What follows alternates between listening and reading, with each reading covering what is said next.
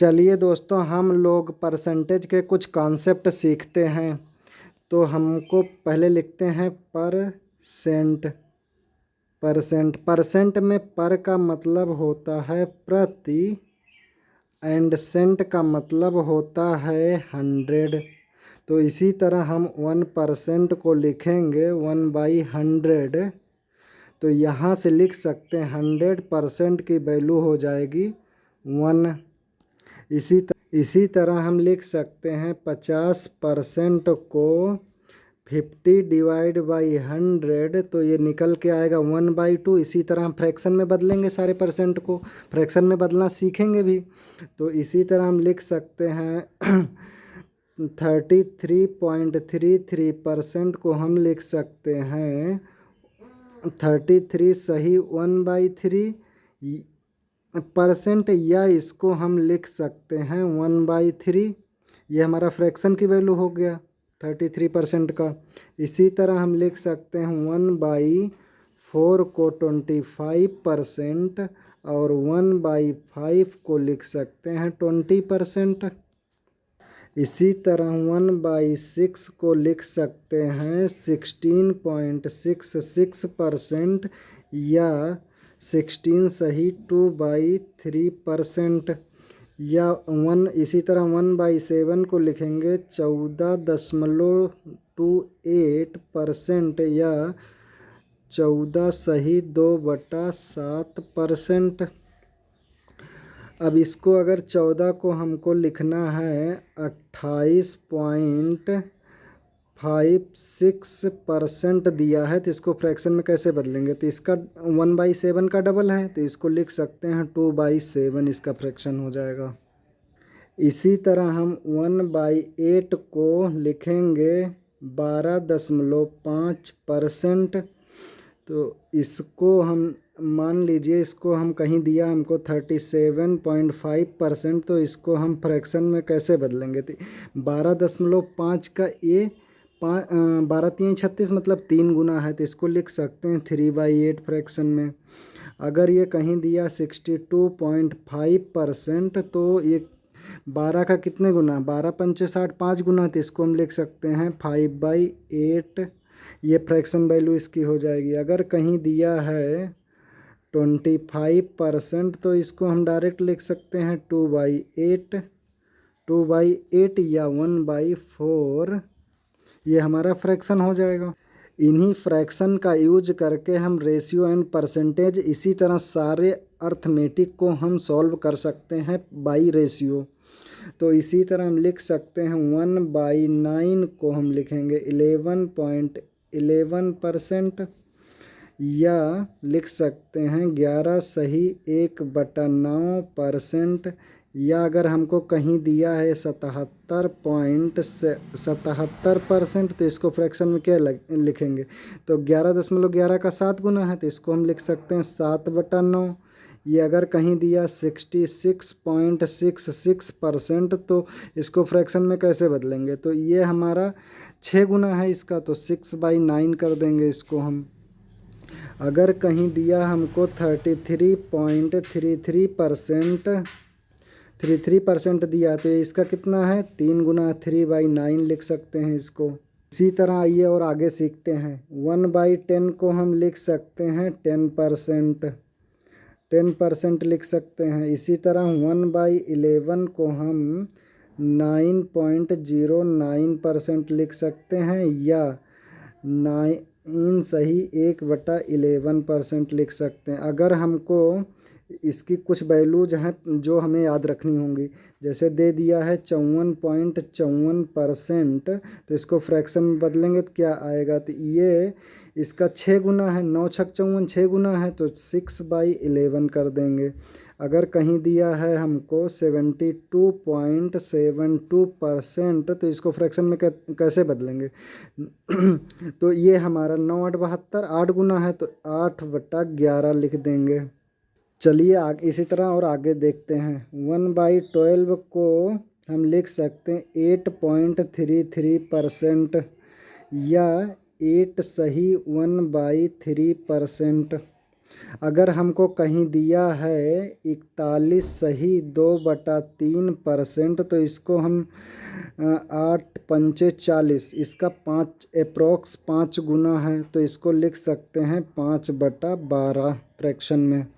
इसी तरह 1/13 को हम लिख सकते हैं 7.69% या 7 सही 9/13%।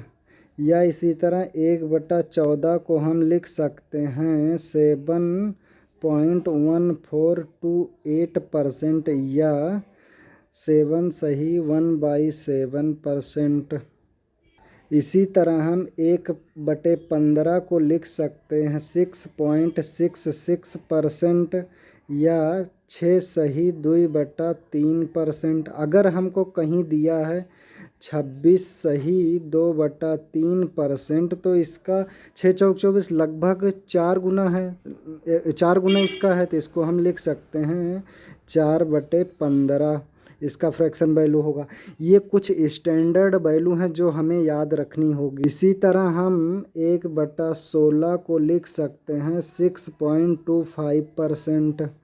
अगर कहीं हमको दिया है 6 सही 1/4% भी इसको लिखा जा सकता है, तो इसका 6.25% का फ्रैक्शन वैल्यू 1/16 होता है। इसी तरह हम 1/17 को लिख सकते हैं 5.88% या 5 सही 15/17%। इसी तरह 1/18 को हम लिख सकते हैं 5.55% या 5 सही 5/9%। या 1/19 को हम इसी तरह लिख सकते हैं 5.26% या 5 सही 5/19%। ये सब हमारी स्टैंडर्ड वैल्यू हैं जिसको हमें याद रखना होगा रेशियो एंड परसेंटेज या किसी भी अर्थमेटिक में किसी भी टॉपिक को सॉल्व करने के लिए स्टैंडर्ड वैल्यू हमें याद रखनी होगी। इसी तरह हम लिख सकते हैं 1/20 को 5%। ये 1/20 को 5% कैसे लिखा गया, तो 1/20 × 100 कर दो तो ये निकल जाएगा 20×5 = 100, तो यहाँ से आ गया 5%। इसी तरह 1/21 को हम लिखेंगे 4.74% या 4 सही 16/21%। इसी तरह 1/22 को हम लिखेंगे 4.5454% या 4 सही 6/11%। इसी तरह हम 1/23 को लिखेंगे 4.34% या 4 सही 8/23%।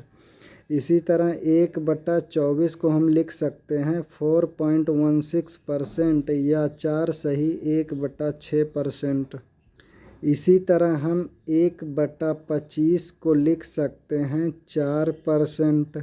अब चलिए दोस्तों, हम लोग परसेंटेज को ब्रेक करना सीखते हैं। जैसे कहीं दिया है हमको 32.5%, तो इसको फ्रैक्शन में कैसे बदलेंगे, तो इसको हम लिख सकते हैं 30% प्लस का 2.5%। अब इस 30% को हम लिख सकते हैं 30/100 और इसको 2.5 को लिख सकते हैं 2.5 / 100। या तो ये कर लेते हैं या तो हम डायरेक्ट लिख सकते हैं 30% की वैल्यू हमारी क्या होती है 3/10 प्लस 2.5% की वैल्यू हमारा क्या होता है 1/40। तो यहाँ से अब सॉल्व करेंगे तो ये हमारा आ जाएगा 40 LCM हो जाएगा, तो ये हो जाएगा 12 + 1, तो सॉल्व करेंगे 13/40 हमारा आ जाएगा। चलिए दोस्तों, हम लोग कुछ फ्रैक्शन को रेशियो परसेंटेज में बदलना सीखते हैं। जैसे दिया है हमको 13/16, तो इसको हम क्या लिख सकते हैं 1 - 3/16, तो इसको घटाएंगे तो यही हमारा आ जाएगा। इसको सॉल्व करेंगे तो हमारा आ जाएगा 13/16। तो इसको हम उनको क्या लिख सकते हैं, 1 हमारा 100% होता है तो 100% माइनस 3/16 को हम क्या लिख सकते हैं, 18 सही 3/4%।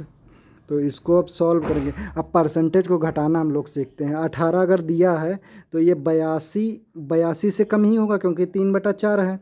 तो हम लिख सकते हैं 82 से कम 81 आएगा, 81 सही।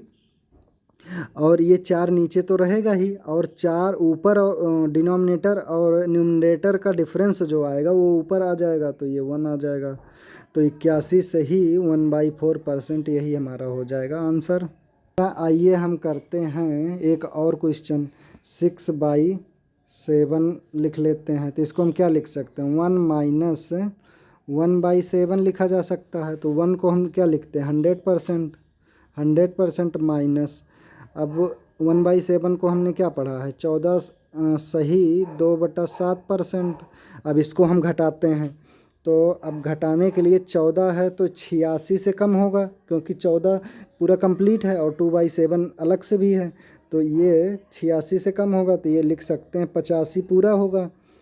85 सही आ जाएगा, नीचे तो साथ ही आना है।